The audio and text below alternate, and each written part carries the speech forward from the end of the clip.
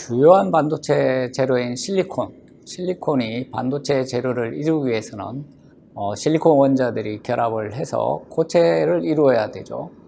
실리콘 원자들이 결합을 할 때는 전자의 에너지의 변화가 생기게 됩니다. 이러한 전자의 에너지 변화가 실리콘 반도체 재료를 이해하는 데 중요한 역할을 하게 됩니다. 그래서 실리콘 원자들이 결합할 때 생기는 전자 에너지의 변화가 어떠한지를 이해하는 시간이 되겠습니다. 네, 우리 반도체 재료는 고체 재료죠. 그래서 실리콘 반도체 같은 경우는 실리콘이 결합을 해서 고체를 이루게 됩니다. 이러한 실리콘의 결합을 살펴보도록 하겠습니다. 결합은 외곽에 있는 전자들이 중요한 역할을 하게 되는데, 전자는 파동으로 우리가 해석을 합니다. 전자의 파동 함수를 구하게 되는데, 그것은 우리가 파동 방정식으로부터 파동 함수를 구하게 됩니다. 파동 함수를 알면 그 파동의 에너지, 그 다음에 전자가 존재할 분포 확률, 이런 것들을 우리가 알 수가 있습니다. 그리고 실험 결과하고도 잘 맞습니다. 그래서 전자가 입자라는 관점에서 설명을 하게 되면 여러 가지 결합 현상, 그리고 반도체 현상, 금속 현상을 설명하기가 쉽지 않습니다. 그런데 전자를 파동으로 해석함으로써 여러 가지 원자 레벨에서의 현상들이 잘 설명이 되고 있습니다. 그래서 우리가 앞으로 이 실리콘 혹은 기타 반도체 소재들이 고체를 이루고 반도체 재료를 구성하게 될 때 그러한 반도체의 특징들을 전자의 파동함수로부터 해석을 하는 것입니다. 전자의 파동함수를 도입하게 되면 우리가 흔히 부르는 전도대, 그리고 가전도대, 이러한 것들이 잘 유도가 되고 이러한 것은 반도체 재료의 현상하고 잘 들어맞는 것이죠. 그래서 전자의 파동, 그래서 이 시간에서는 전자를 파동으로 다루게 되고요. 전자의 파동함수를 구해야 되는데 그건 앞에서 이야기한 대로 우리가 파동 방정식을 풀어서 구하게 됩니다.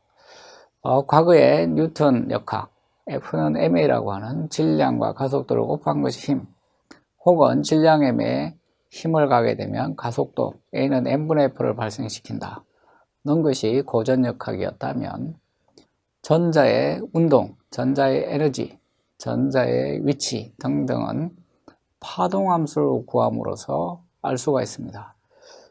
그건 파동방정식, 슈레딩거의 파동방정식의 해로서 주어지게 되는데, 이러한 그 파동방정식을 적용을 해보면 반도체의 여러 가지 현상도 파동 방정식의 파동 함수로부터 다 계산이 되고 현상하고 잘 맞죠. 그래서 그것을 반도체 소자에 잘 활용하고 있습니다.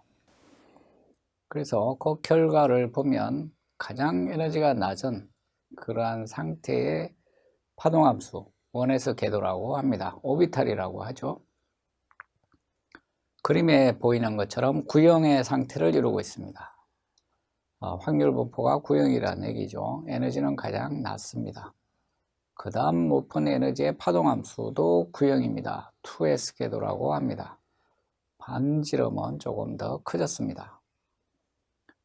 그 다음 높은 에너지는 분포가 구형이 아닙니다. R형 모양이죠. 그림에 나와 있듯이 X, Y, Z 각 축의 방향으로 팔자 모양으로, R형 모양으로 분포가 되어 있죠. 이것이 2S 궤도 다음 높은 에너지고요. 세 개의 각각의 에너지는 동일합니다. 그 다음 높은 에너지는 3S 궤도가 될 텐데 역시 구형이 됩니다. 그 다음은 역시 3P R형 모양이 되고요. 그래서 우리가 파동함수를 계산을 해서 전자의 에너지와 분포를 알 수가 있습니다. 실리콘 원자는 주요한 반도체 재료를 만듭니다. 실리콘은 원자 번호가 14번입니다. 핵 주변에 14개의 전자가 있다는 것이죠. 그래서 1S 궤도에 2개의 전자가 있고 2P 궤도에는 6개, px에 2개, py에 2개, pz에 2개, 그래서 전부 6개의 전자가 있습니다. 그 다음에는 3s 궤도에 2개의 전자가 들어가고, 그 다음에 3p 궤도에는 6개의 전자가 들어갈 수가 있는데, px, py, pz 각 오비탈별로 2개씩, 그래서 6개가 되는 것이죠. 그런데 실리콘에는 여기에 2개의 전자만이 있습니다. 그래서 전부 14개의 전자가 되는 것이죠. 그래서 3p 궤도에는 2개의 전자가 실리콘 같은 경우에 들어가 있습니다. 그래서 전자가 1s2, 2s2, 2p6, 3s2, 3p2 이렇게 되는데, 위 첨자가 각각 전자의 개수를 나타내고 있습니다. 실리콘 원자들이 결합을 하기 위해서는 서로 거리가 가까워져야겠죠. 그래서 원자들이 결합하기 위해서 서로 거리가 점점 가까워지게 됩니다. 결합을 할 때는 외곽전자가 관여하게 되는데, 가장 외곽전자는 4개입니다. 3s 궤도에 2개, 3p 궤도에 2개, 그렇게 해서 4개의 전자가 있는 것이죠. 그래서 이 4개의 전자가 결합에 관여하게 되는데, p 궤도는 px, py, pz가 90도의 각도를 이루고 있어서 결합 각도는 90도나 180도 등으로 나올 수밖에 없습니다. 그런데 실제 관찰한 실리콘의 결합 각도는 109.5도입니다. 설명이 잘 안 되는 것이죠. 그래서 이러한 각도를 설명하기 위해서 나온 개념이 혼성궤도입니다. 하이브리드 오비탈이라고 하는 것이죠.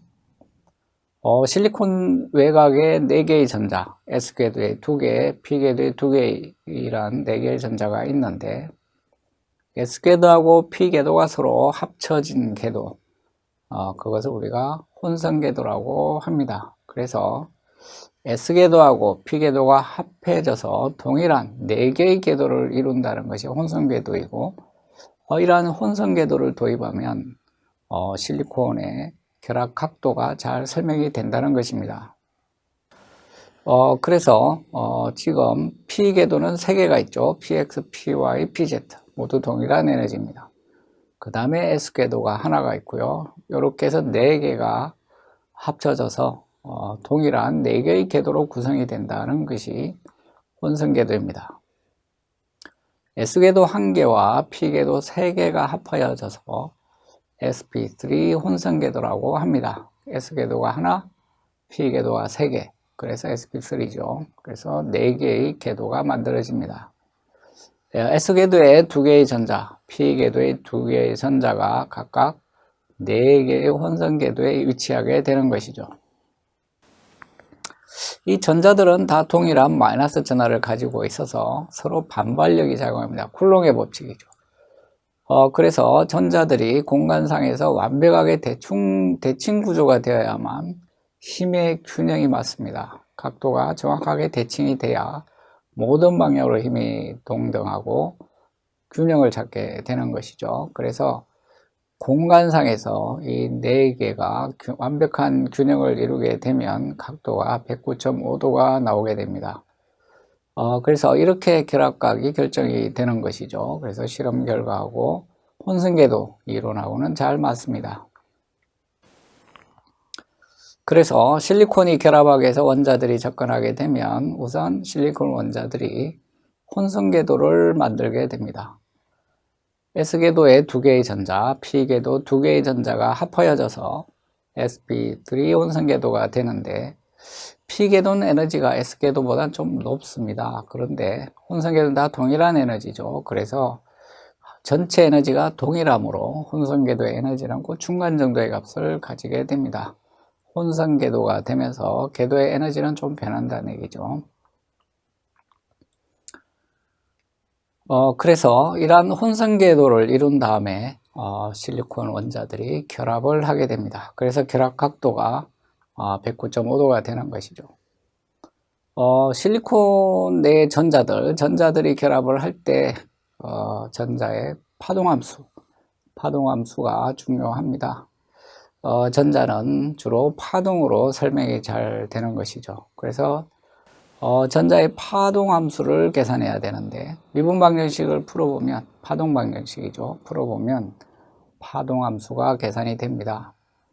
간단한 모델로 높이가 유한한 포텐셜 우물, 핵 속에 전자가 갇혀 있는 것이죠. 그러한 모델로 계산을 해보면 핵 내부에서는 진동하는 함수, 바깥쪽에서는 크기가 지속적으로 감소하는 지수함수 형태로 계산이 됩니다. 그래서 핵에서 점점 멀어질수록 파동함수가 0으로 접근하는 것이죠. 파동함수의 제곱이 전자가 분포할 확률이기 때문에 당연히 핵에서 멀어지면 전자가 존재할 확률은 제로로 가는 게 맞겠죠. 그래서 이러한 파동함수가 얻어지는데, 몇 가지 파동함수의 모양을 오른쪽에 그림으로 나타냈습니다. 대응되는 에너지도 나와 있죠. 가장 낮은 에너지, 기본 진동 모양을 보여주고 있죠. 두 번째 높은 에너지, 마디가 한 개인 그러한 진동파를 보여주고 있습니다. 그 다음 높은 에너지는 마디가 두 개가 나와 있죠. 그리고 웰 바깥쪽에서는 지수함수 형태로 감소하는 함수를 볼 수가 있습니다. 웰 바깥쪽에서도 전자가 발견될 확률이 있다는 것이죠. 그래서 이 우물 부분을 생략하고, 멀리서 보면 우물은 작게 생략할 수가 있겠죠. 그래서 가장자리, 지수함수 부분만 보게 될 것입니다. 그래서 이 지수함수만 표시를 해서 결합을 살펴보도록 하겠습니다. 그래서 파동함수의 모양이 지수함수 형태로 되어 있습니다. 그리고 이 파동함수의 제곱이 전자가 그 위치에 있을 확률입니다. 그리고 또 하나 기억해야 될 것은, 파동 방정식을 풀었을 때 그 해가 파이라면 그 파동함수의 마이너스를 곱한, 즉 부호가 반대인 마이너스 파이도 바로 파동 방정식의 해가 된다는 것입니다. 그러한 파동함수도 파동 방정식의 해에 들어가서 두 가지 형태의 파동함수가 다 가능하다는 것입니다. 그림에 보면 플러스 부호의 파동함수, 마이너스 부호의 파동함수가 있죠. 둘 다 가능한 파동함수입니다. 그리고 에너지도, 대응하는 에너지도 동일합니다. 그래서 이러한 지수함수의 파동함수를 고려를 해서 결합에 대해서 살펴보도록 하겠습니다. 두 원자가 결합을 할 때는 일단 두 개가 가까워지죠. 가까워지고, 그리고 이 두 원자를 놓고 파동 방정식을 새로 풀어야 됩니다. 왜냐하면 경계 조건이 바뀐 것이죠. 한 개만 계산할 때는 포텐셜 웰이 한 개였지만 두 개가 가까이 있게 되면 두 개의 포텐셜 웰을 가지고 파동 방정식을 풀어야 됩니다. 그런데 그러한 파동 방정식의 해는 각각의 웰에 대해서 한 개만 있을 때죠. 구해진 파동 함수의 선형합으로 구해줄 수가 있습니다. 그래서 한 개가 있을 때 각각의 파동 함수를 리니어 콤비네이션으로 해서 두 개가 있을 때 파동방의 해로 가져갈 수가 있는 것입니다. 그래서 그 예를 지금 그림에 나타냈습니다. 왼쪽에는 부호가 플러스인 파동함수 두 개가 합쳐진 형태죠. 이러한 것들이 한 가지 해가 될 수가 있습니다. 또 다른 방법은 하나의 함수는 플러스, 하나의 함수는 마이너스를 가지고 합칠 수도 있겠죠.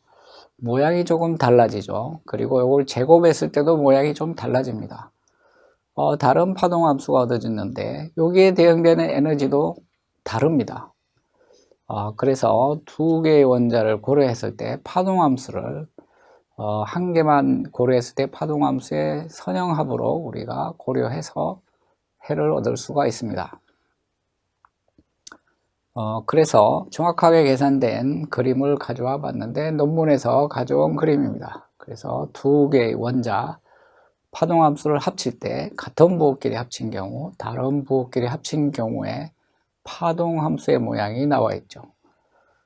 이러한 것들을 가지고 결합을 고려하게 됩니다. 이 반대 부호끼리 합친 경우는 거기에 대응되는 에너지가 좀 높습니다.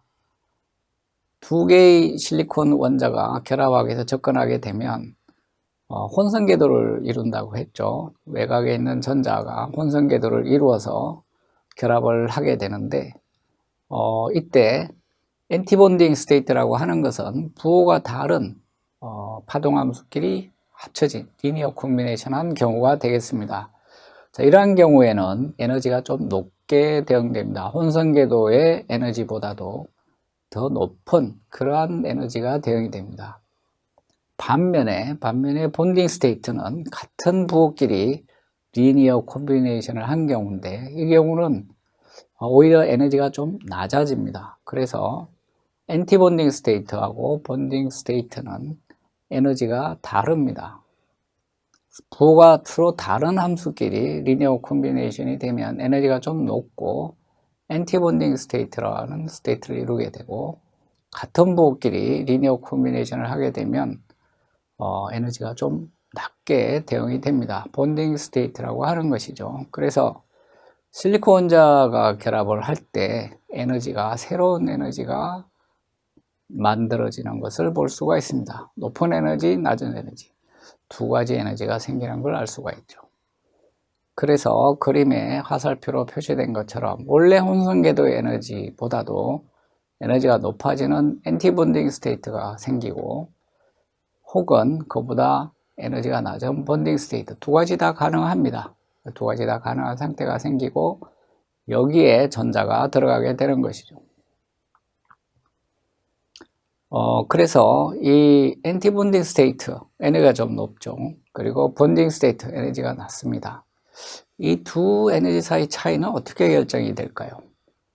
그래서 포텐셜 웰 사이의 거리를 변화시켜 보면 그 변화를 알 수가 있는데 거리가 작아질수록 에너지 차이가 점점 증가를 합니다. 그래서 원자 간 거리가 가까워질수록 엔티본딩 스테이트하고 본딩 스테이트 에너지 차이는 점점 증가하게 됩니다. 이게 원자 간 거리가 멀어지게 되면 에너지 차이도 점점 감소하게 되고 완전히 멀어지게 되면 에너지 차이는 제로가 됩니다. 그래서 이러한 엔티본딩 스테이트, 본딩 스테이트 두 가지 상태가 생겨나게 되는 것을 잘 기억하고 있으면 되겠습니다.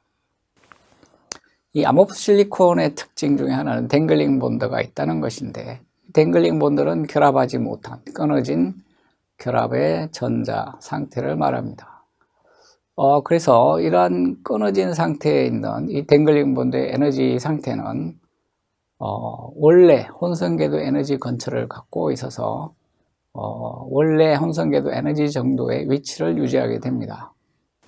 그림에서 보면 원래 혼선궤도 에너지가 결합을 하면서 엔티본딩 스테이트, 좀 더 높은 에너지 상태, 본딩 스테이트, 조금 에너지가 낮은 상태 두 가지가 될 텐데 댕글링 본드는 그 어디에도 속하지가 않죠. 그냥 그대로 유지하기 때문에 한 중간 정도 혼선궤도 에너지 근처를 그대로 가지고 있습니다. 이게 댕글링 본드의 에너지 위치가 되는 것이죠. 보통 우리가 금지대라고 부르는 위치에 댕글링 본드가 있고 결함으로 작용하게 되는 그러한 레벨입니다. 그래서 이러한 댕글링 본드는 그 암흑실리콘, 요즘 암흑실리콘 TFT LCD에 사용이 되는 그러한 반도체 재료죠. 그러한 암흑실리콘의 특징이 되고 있습니다. 댕글링 본드는 실리콘 주변에 있는 외곽전자 중에서 결합을 하지 못하는 끊어진 결합을 이야기합니다. 이러한 댕글링 본드는 방금 설명한 것처럼 엔티본딩 스테이트를 이루지도 않고 본딩 스테이트를 이루지도 않습니다. 결합을 하고 있지 않기 때문에 그렇죠. 그래서 원래 혼선궤도 에너지를 유지하게 되고 에너지의 중간 정도에 위치하게 됩니다. 그래서 이러한 댕글링 본드는 전자쌍을 이루고 있지 않기 때문에 여기에 전자들이 쉽게 결합을 하거나 혹은 이러한 전자들이 쉽게 다른 데로 이동하거나 이렇게 될 수 있다는 것이죠. 그래서 옆에 그림에 보면 실리콘 밑에 3, 그 다음에 위쪽에 0 이렇게 표시를 해 놨습니다. 실리콘 밑에 3은 결합수를 나타냅니다. 실리콘의 정상적인 결합수는 4입니다. 실리콘 원자 하나가 4개의 전자하고 결합을 하는 것이죠. 그래서 Si4가 됩니다. Si4가 되면 이건 댕글링 본드가 아니겠죠. 4개를 다 결합하고 있기 때문에. 근데 댕글링 본드는 하나가 결합을 못하고 있으니까 결합수는 하나가 줄어서 3이 됩니다. 그래서 Si3이 됐고요. 위의 제로는 전하 상태를 나타냅니다. 제로는 중성이라는 얘기죠. 중성이라는 얘기고요. 그런데 이 댕글링 본드의 전자는 다른 것과 결합을 하고 있지 않으니까 에너지를 받으면 쉽게 떨어져 나갑니다. 전자가 떨어져 나가면 결합수는 3이지만 전하 상태는 변하게 되겠죠. 그래서 마이너스 1이 플러스 1이 되겠네요. 플러스가 되겠네요. 그죠? 전자가 하나 떨어져 나갔으니까 전하 상태는 플러스가 됩니다. 반대로 전자를 하나 받게 되면 쌍을 이루게 되겠죠. 그러면 전자가 하나 들어왔으니까 부호가 마이너스가 됩니다. 그래서 Si0 부분이 마이너스가 되는 것이죠. 결합수는 변하지 않습니다. 그래서 이렇게 댕글링 본드를 표시하게 되고요. 댕글링 본드의 위치가 그래서 보통 엔티 본딩 스테이트, 이건 나중에 전도대를 이루게 됩니다. 그 다음에 본딩 스테이트, 이건 나중에 가전도대를 이루게 되는데 댕글링 본드는 바로 이 검지대 중간에 위치하고 있어서 소자 특성에는 좋지 않은 영향을 주게 되는 것입니다.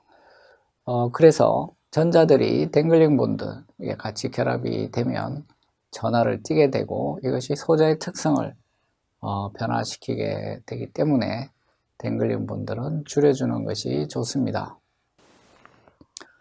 그래서 암호실리콘의 경우에 댕글링 본드를 줄여주기 위해서 수소가 들어가게 됩니다. 수소가 댕글링 본드에 있는 전자랑 공유 결합을 해서 안정된 상태를 만들어 주는 것이죠. 그래서 댕글링 본드를 줄여줄 수가 있습니다. 그래서 암호실리콘은 실리콘만 재료에 들어있는 것이 아니고 수소가 꽤 많이 들어가 있습니다. 그래서 10% 내지 15% 들어가 있어서 댕글링 본드를 많이 줄여주게 되고요.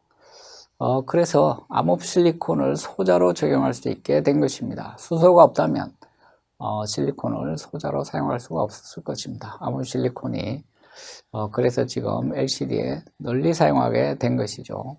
그래서 이 암호실리콘의 경우에는 수소가 들어가는 것이 매우 중요하게 됐고요. 수소가 들어가게 되면 원자 간 거리가 가까워집니다. 가까워지게 돼서 수소가 들어가지 않은 경우에 비해서 엔티본딩 스테이트하고 본딩 스테이트 사이의 거리가 더 멀어지게 됩니다. 수소가 들어가지 않은 결정 실리콘의 경우보다도 수소가 들어간 실리콘의 경우에 엔티본딩 스테이트하고 본딩 스테이트 거리가 더 멉니다. 그래서 이건 원자 간 거리가 가까워진 결과가 되겠죠. 그래서 이러한 그 파동 방정식으로부터 얻어진 그러한 파동 함수들이 바로 이러한 결합을 설명하는데 잘 사용이 될 수 있고 또 그 결과 또한 실험하고 잘 맞습니다. 그래서 유용하게 우리가 이러한 파동 함수를 사용을 해서 현상들을 설명하고 또 소자에 적용하고 있습니다.